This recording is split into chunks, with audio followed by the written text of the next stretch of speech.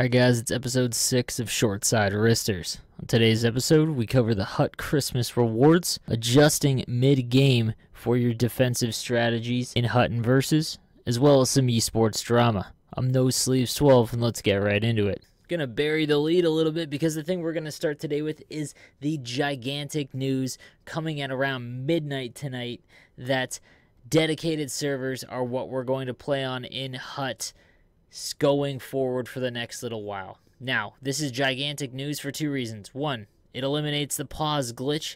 Two, it eliminates IP booting, which is a gigantic issue that has plagued the game for so long. However, it will be interesting to see with what However, like in Sixes currently, which is run on dedicated servers, there is a problem with East versus West. The reason being is that you have to connect to one of those servers, and if you're on the West Coast and you have the West Coast server and your opponent is on the East, in Sixes, it can give you a much smoother connection than your opponent, meaning that they're going to have a much harder time, feel really sluggish, and that could cause some issues when you're playing someone. It won't show as lag, but you'll feel heavy, which is obviously an advantage to the person who is on the better connection as host.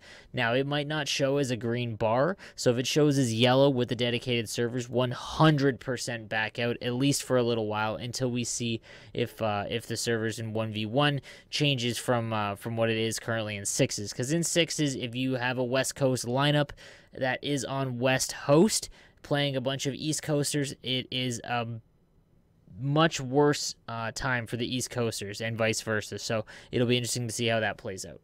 But let's move on to the esports drama. Today, the registration for the Tampa Bay Lightning and Washington Capitals esports event did open up.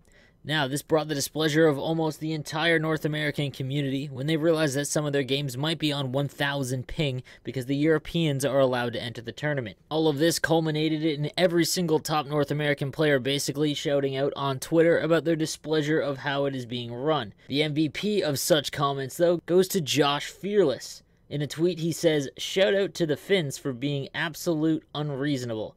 I'll make sure to cry to all of your organizers to allow NA players GG." Very straight to the point. That elicited a lot of responses from the Europeans, and it got pretty vulgar, leading to the first season Gaming World Championships champion, Eki, responding with this: "Grow up." The boys were getting nasty today. But here's my take on it. It's fantastic that the Europeans were included. Now everyone in North America, unfortunately, will cry about it, but that's fine. They should have been included. It sucks that it's a connection-based thing. That being said, the way that they're running these tournaments and not having separate qualifiers for the Europeans and North Americans is a gigantic misstep. Having two Europeans, the top two, in a online qualifier in Europe, and then having two of those players, the top two, that finish in the qualifier, moving on to the top 8 for Washington would make a lot more sense, with the remaining 6 obviously being from North America. That makes the most sense, and it's stunning to me that they're deciding to run it this way, because come qualifier day, there are going to be games that are just absolutely ridiculous, and it's going to be a very bad look. Because in the end, any one of the top players that loses out or gets rounded is just going to have another excuse to use because it's, "Oh, my connection sucks." But in this case, no one wants to lose on 100 ping, so I don't really blame them. Anyways, on to Hut news. We got our Christmas rewards finally, and they were pretty good. We got 2 choice packs, allowing us to pick one player from each. One pack had a bunch of 86s, another had a bunch of 91s. I made a separate video that goes over what I would suggest depending on how your team is built right now on who to pick. But they were pretty good. Just a quick overview. If you don't want to check out that video, I mean, yeah, thanks a lot. But if we're looking at the 86 overalls, the carry price, if you have a stacked team, is pretty good as a backup because he's got 2 to the beauty. Outside of that, you're really not going to use any of the 86s. Now, if you have kind of a lower team and you need a forward, you want to choose the Michael Granlund. The reason for it is, well, he's the fastest, and he's got a pretty decent shot and puck skills for being an 86 overall. The 91 choices are obviously a little bit better. There's only really a few that I would consider. One, the 91 Sergei Bobrovsky, I would avoid completely. It'd be the 91 Duchesne. I have a pretty stacked team, and I put him on defense. I'm getting big on putting forwards on defense this season because shot A good shot and speed from the point is a lot more valuable than trying to just put defensemen on the point who have terrible shots. The Shea Weber, obviously good on defense because he's got the 95 slap shot power, but his accuracy is kind of cheeks. If you're looking for a right-handed player, because there aren't very many, Blake Wheeler is a unit. Unfortunately, he's a little bit slower, but still usable, and his shot is pretty good around 90. He would be the one I would suggest if you're not going to take the Duchesne or Weber. Something else I want to touch on is the Evo sets. So if you cash in 15 Evo 2 collectibles, you'll get a choice pack and a 1 in 3 chance to get someone good. Here's what I need to mention about this pack. First of all, if you don't have any Evo collectibles, it's going to cost you about 420k currently. You get a free Evo collectible, so with 14 at 30k, which is the average price right now, you're looking at about 420k. Here's the thing. There's really only about 4 Evo 2s that are actually worth that currently. So if you can pack the Stamkos, the Carlson, the Scheifele, or the points, or even the Kane. Sorry, Kane's going for a half-decent amount as well. If you don't get one of those 4 in your pack, which only has 3 choices, you've lost out. So if you open up a bunch of packs and you have a bunch of collectibles, then that's fine because it's obviously going to cost you less. I opened one for the boys and science, and I was able to get the 89 Steven Stamkos, which is going for about 500k, so at least I made some coins on that. He'd be one I'd hold on to. Here's the thing I want to mention. 1, if you get a Morgan Riley, unless you get one of the 4 out of Kane, Scheifele, Carlson, and Stamkos, pick Riley. All the other ones obviously are higher. There's some lower, but if you get that Riley, he is a guaranteed 99. So might as well just get him and take the 99 at the end of the year, or wait a little while and see if he just becomes high enough rated. He's guaranteed to going to get defensive team of the year. Also, if you do pack one of Carlson, Stamkos, Scheifele, hold them, because what's going to happen is once the Evo 2 packs are gone and they're not readily available, their prices should skyrocket. Right now, there is a ton of Stamkoses on the market for about 500k, but they're getting undercut, and you could get one for about 475.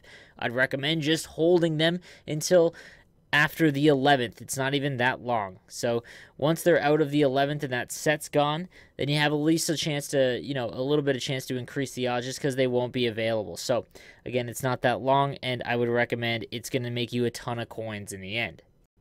All right, guys, so let's talk defensive adjustments mid-game in Versus and Hut.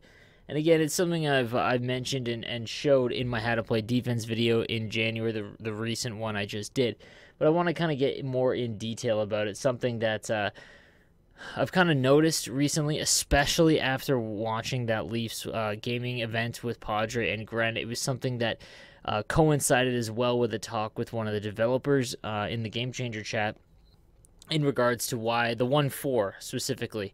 And not to say that elite players don't run the 1-4, but something that I've changed, and this is the only thing I've changed recently, is I've changed from the 1-4 to the 1-2-2 red, and I've been aggressive because the developer that I was speaking with, he had mentioned, and I mentioned this in a prior podcast, that because the AI doesn't actually attack the puck, it's something that I tuned out so that it eliminated the skill zone a little bit.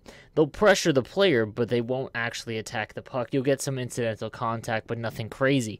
So what I've done is now I switch to the second a pass is made, let's say on the rush, okay? And again, this is going to be kind of hard to for the podcast to show, but I'm going to try and describe it best I can. So let's say you're on the rush and you're defending the rush, and it's a 2-on-2, 3-on-3, nothing crazy, right? They have the puck. What you want to do is be constantly pressuring the guy with the puck at all times with the R1. Now, that being said, the second that you get behind them or you lose a step, you need to switch. And when you do the switch, you need to make sure that you're not pulling your player out of position. Something that I see when players get aggressive, or players that aren't very good get aggressive, and it's why I preach passiveness to start a game, especially for the lesser players, is what you want to do is you want to make sure that you're only hitting R1 when you have a chance at the puck. A lot of players will do it at all times or any time, and it's just going to lead to penalties. And it's something that I'm adjusting to as well with this new aggressiveness that I'm trying constantly with the 1-2-2 red and attacking the puck carry at all times. But what I've come to notice is that I'm having a lot more success against very, very good players. So in the Hut Champs that I just did, as well as just on stream, anytime I've gotten a Big E opponent, I've played much better. I haven't won them all, but I've played much better. And what it'll do is it'll stop that constant TOA. Like when you're playing a very, very good player and you're playing passive, what happens is eventually they'll break the 1-4, they'll get into the zone, and then you can't get them off the puck. And because you're playing passive, the AI will not attack the actual puck and get it back for you. So basically what you're waiting for is for the opponent to either shoot and you either block it or you get a save, or some incidental contact, and that's not something you want to rely on. So being constantly aggressive. Now, what I need to mention is that when you're being aggressive, once you've made your attack and it doesn't go successfully, you need to switch. And when you switch players, if you can get good enough at holding R2 and selecting the player you want with the right thumbstick, but let's just say you're hitting R2, you need to make sure that if it's a defenseman, you don't pull a defenseman out of the defensive zone where he's supposed to be. So let's say you hit R2 and someone's cycling in the corner. You've been pressuring with your winger and eventually he gets beat. The next step is to take you hit R2, and if you get that defenseman that's covering the one-timer, this is where it gets kind of tricky because you need to either make a choice. I would say right now, 9 times out of 10 players will go for the short-sided wrister, so don't play for the one-timer. But you need to attack, but you need to make sure you're not pulling him out of position, and learning where you're actually supposed to be in the defensive zone is super important, but even more on the rush. So let's say you're your centerman, okay, and it's a 3-on-3. You want to pressure the guy with the puck with your centerman. The second that you get that he passes it to either one of the wingers, that's when you select your defenseman and you attack immediately at the blue line, and you're going to see a lot of success with it, I think. I know I have. And what's crazy about this is if you pair this strategy with the 2-3 and full forecheck, the amount of offensive zone turnovers that you're going to cause because you're constantly hounding the player is crazy. So again, the best way to implement this strategy is the second that a pass is made and it's far enough away from the player you have selected, switch players immediately, because again, that player that you have selected is now useless. If you stay with him and you let your AI kind of defend, what's going to happen is they're going to give zone entry, and they're even if you have them set to high aggressiveness, even they may slowly attack the puck carrier, but they're not going to attack the puck, which is just the flaw in letting your AI control your defense right now. So it does you no good. You need to start attacking the puck carrier with the guy you have selected. You need to be the one constantly doing it, and it's going to take a lot of practice. Like I said, guys, the R1 thing, you need to make sure that you're only hitting R1 when the puck is available to you, okay? Because if you hit R1 when you're behind him, or even right in front of him, really, and you're not hitting the puck, he's got it held out, it's just going to be a penalty. So it's something you got to watch for. But the amount of turnovers you're going to do with it as well. Now, in my How to Play Defense video, I do mention always start the game with passive strategies. I want you guys to get good with passive strategies because it allows you to read the play. What it will allow is the passiveness will allow open passing lanes at the point and things like that, and that's what I want to get you guys to focus on and actually view, because once you start seeing those plays and then you combine that with getting good at being aggressive, that's how you're going to get extremely good and really break that plateau in Hut and Versus. So guys, that does it for today's episode. I'm trying to make these between 12 and 15 minutes, no more than 20, no less than 10. I do need to mention I am getting Anchor. I'm releasing my podcast on Anchor, and that is going to allow me to release them everywhere that podcasts are put on. So iTunes, Spotify, SoundCloud, all that stuff, so that I don't have to absolutely crush your guys' data. But still, unfortunately for this episode specifically, it's still going to be video, so I do apologize for that. But it is coming shortly. Again, guys, leave your comments of anything that you want to ask me. I'm going to start doing a question of the day kind of thing, where I answer one of your guys' questions. Could be about the game, could be something you want to know about the Game Changer program, the ins and outs, those kinds of things. And I'll be sure to see if I can't help you. If there's anyone that you think I should interview or someone that you guys want to hear from, let me know. I'll reach out. Maybe I can do it. The one with Gren, I think, went really well and actually helped a lot of players because it kind of gave you some insight on, how you want to actually improve to get to that level. And with all these esports events, there's definitely opportunity there. So again, guys, thank you for listening or watching. I'm No Sleeves 12. You guys have a great day.